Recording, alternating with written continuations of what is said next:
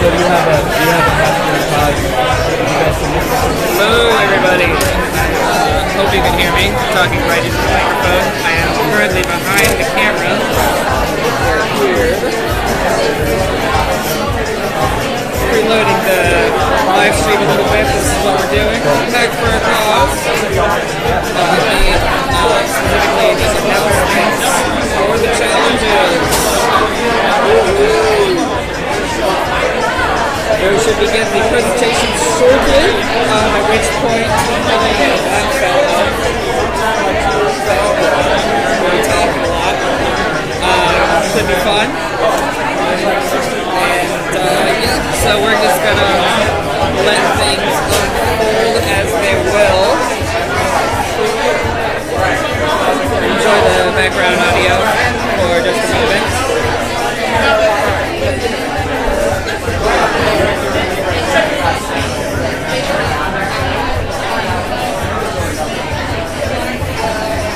Well, maybe we're working on hard problems. Yeah, just to prove this week alone. We're going to be starting. Let's see what's up. Time to do it. Yeah.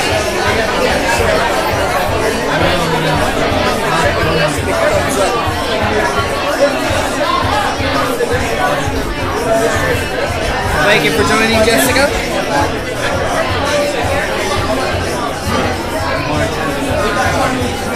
And thank you for sharing. Very much appreciated. Oh, I should share it myself.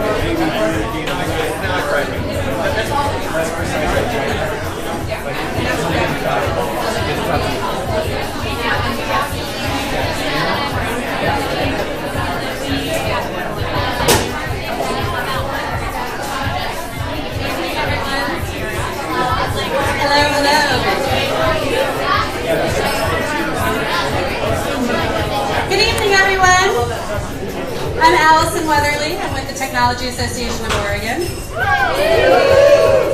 Thanks for coming out tonight. This is a huge crowd. We're really excited to see so many of you out here to learn about our big event next weekend, Hack for a Cause. We have 8 representatives here tonight that are going to talk about the challenges that have been accepted that we will be working on for next weekend. If you are one of those representatives, please come on back here so you are ready to give your 30-second pitch in the next few minutes. So our local tech community is really excited about this event. We did it last year and had a huge impact on our community. Everyone was really thankful, grateful, and excited. Here we are again to do another big weekend. We're hoping for about 200 people to come together. If you want... Hello? Oh. You can go to hackforacause.io. There's some little cards around to help you grab some information on your way out. And of course, you can find us on Facebook. All right, our panel represented lots of people from our tech community, all different agencies. And we have selected 8. We had a whopping 28 challenges submitted this year. That tripled last year. So we've selected them through a very democratic process, and we are here to hear them tonight. They're going to give a rapid fire presentation from each of the organizations. And here on this table, we have plenty of the printouts for you to take a closer look.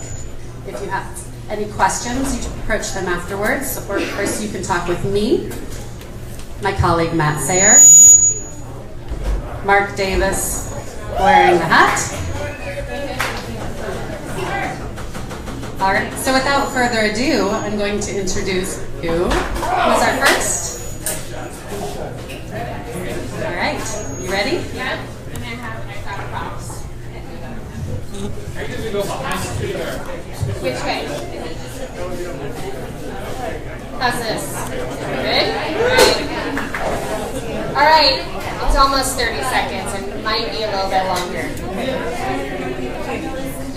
So I'm Heather, I'm with the City of Eugene, and my pitch is about a community data dashboard.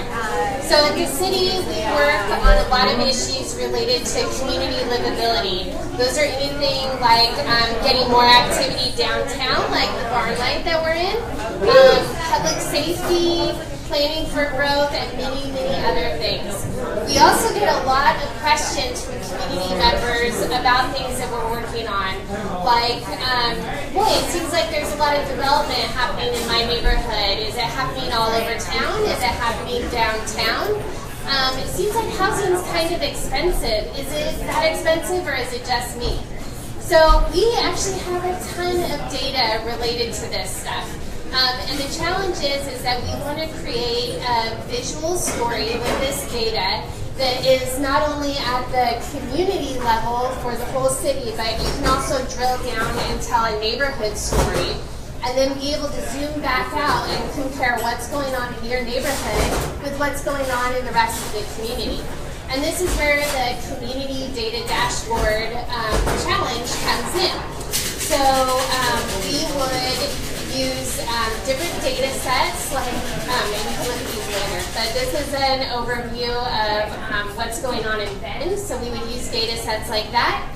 We would use data sets like where development is happening in Eugene and the amount of development that is happening throughout the city and different kinds of data like that. And we would use web technology to present it in a way that's visually meaningful as well as interactive and engaging. Because really what we want is we don't want people to just look at bar charts and pie charts and numbers. We want them to be able to see a story. So we're looking for a dashboard prototype that covers data sets we have now. So this is what a dashboard, this is not what the dashboard would look like, but this is permit data, we've got census data, and then would also be able to incorporate new data as our story gets bigger about schools, population, parks, and recreation. And so, what is the too long didn't read summary of what I just said? This is to create a website that shares our data with the world, but that people actually want to use. The prize, $500 for a prototype, and many, many thank yous.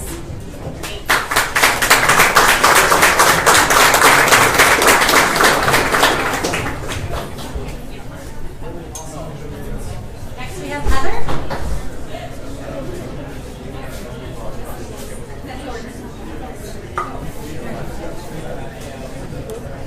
Hi, I'm Mike with the City of Eugene. I'm standing in for Jeff Petrie doing the panhandling project. So currently, we try to increase resources for homeless through a parking meter outside the Kiva called Change for Change. We're hoping to level that up with a mobile app that lets the community and visitors easily figure out how to help. We also want to have a marketing campaign for the app, selling why this program really helps solve the problem, using modern marketing techniques and, of course, a nifty name. The money will go to our homeless partner, St. Vincent de Paul, and we all want to help solve the problem, and this app will help make it easier. The prize is a reserved free parking spot for a year.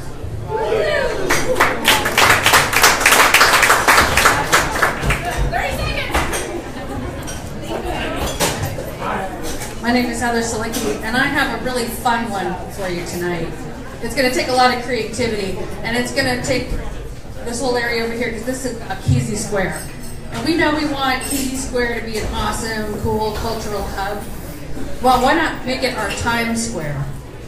Imagine it with lights, imagine a big projection screen.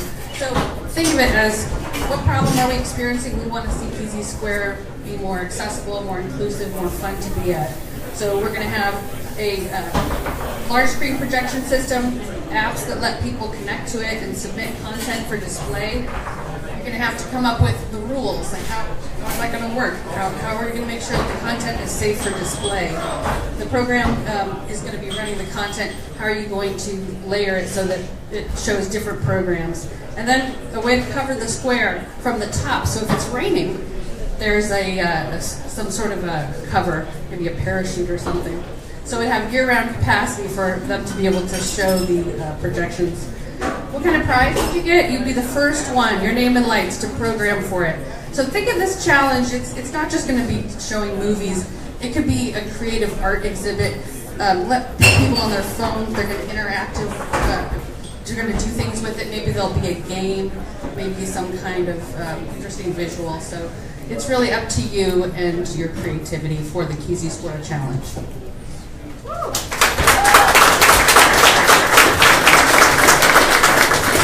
Hi, Luke Walsh filling in for Chris Sorsblum. This is actually his idea. He came up with this. It's great. Community engagement app. So how many have been to the city council meetings? All right. So we could use a community engagement app. There were like 5 hands. So I'm going to try to wrap this up in 30 seconds. But basically a community engagement app where people can go on. They have to log in with Facebook so there's accountability. And then people can upvote, not downvote, but upvote. And then the best idea is get introduced to the city council meetings or basically city council meetings and government. So the government would then it would trigger an email that would go off to a government representative. That's fully transparent, and if nobody responds, it's fully transparent. So that's the idea behind the app. Go from there.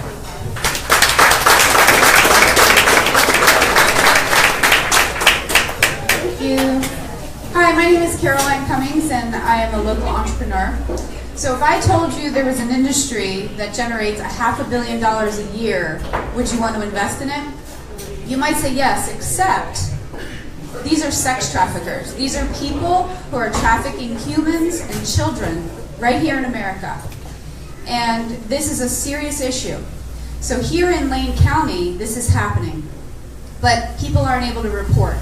So I'm on a task force with Diana and Dylan, who are here if you guys raise your hand.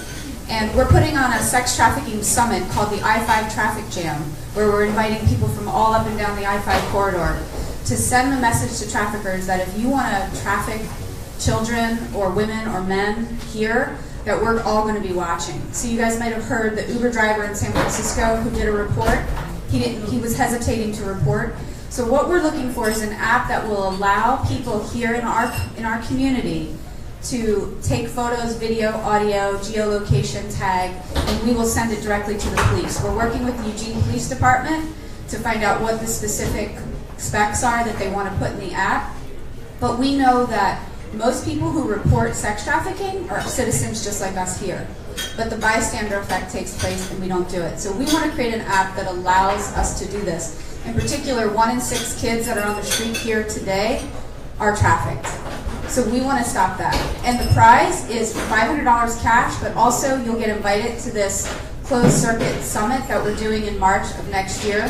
And you'll get to interact with law enforcement, and we're working with FBI and a lot of different organizations. So you can really help us make a difference and stop and end and eradicate sex trafficking in our community. Thanks.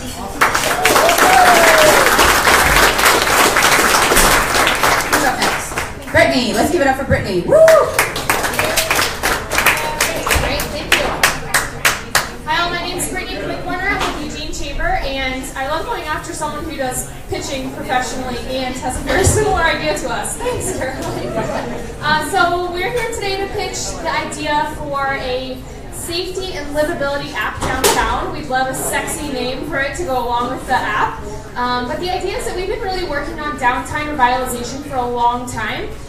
There's been really great progress downtown. We're in the middle of one of the buildings that has had a huge turnaround. We're really excited about that. But there's this barrier to improvement and to people really feeling good about downtown, and it's the public safety issues we've been facing. So our idea is that in order to be a part of the solution and not just put every single solution on the City of Eugene to come up with, we want the community to feel like they're a part of it. We want them to feel empowered, to make downtown feel safer and to celebrate the things they really love down here. So this app would be a way for folks to report things that are happening downtown, the good, the bad, the ugly, and the idea is that people can see what's going on and they can feel like they're a part of it, and they can feel empowered to say something if they see it happen or it's happening to them.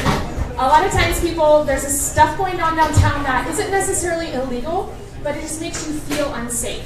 And you don't want to call the police because it feels silly for you to do that. But you want to say, hey, I was just walking on the street and someone harassed me and I don't feel good about that and I want to feel empowered to do something, so I'm going to report it.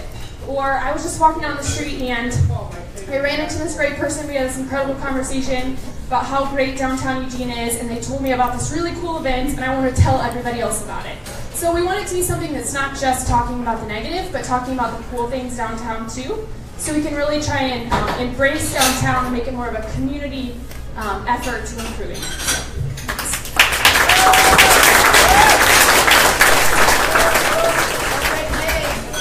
I don't know who's next.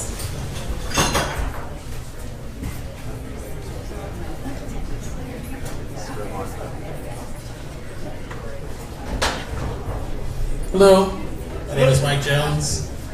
I'm in the game dev community, but I'm here on behalf of Tommy Douglas for the City of Eugene and Alt Center. So their problem, they say, what is the problem experiencing that might be solved by technology? She says, traditional performing art audiences are dwindling as it becomes more and more expensive to produce art. And there are so many other forms of entertainment available for free. How can the home center stay relevant and grow audiences using technology-mediated experiences? So the challenge is, what kind of technology do you think would work? I suggest AR, or augmented reality, simulcast, or participatory digital arts projects. So to me, that seems like creating a cool new sort of virtual or digital experience to help the whole center sort of become relevant in this new digital age. And right now, the prize for the challenge is to be determined. But that's what I have.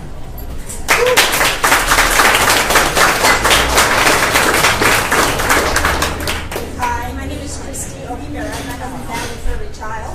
Our mission is to get kids out of foster care. We work with 500,000 children nationwide who are in foster care. But right here in Eugene, we have 1,000 kids living in foster care.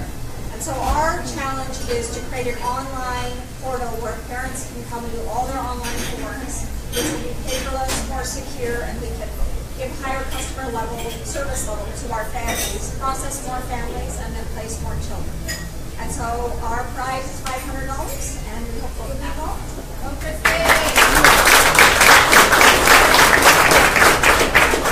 Thank you, everyone who came up here and pitched your idea.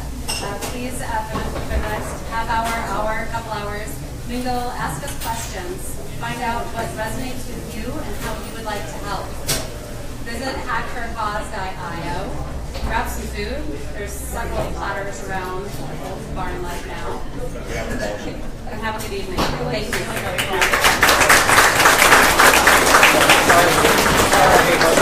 And there's mugs. Lots of awesome mugs. Steven with Nexus Media back here is one of our sponsors. Brought the brand new 2017 Hack for Cause mug. You never have enough coffee. Alright. Enjoy the snacks.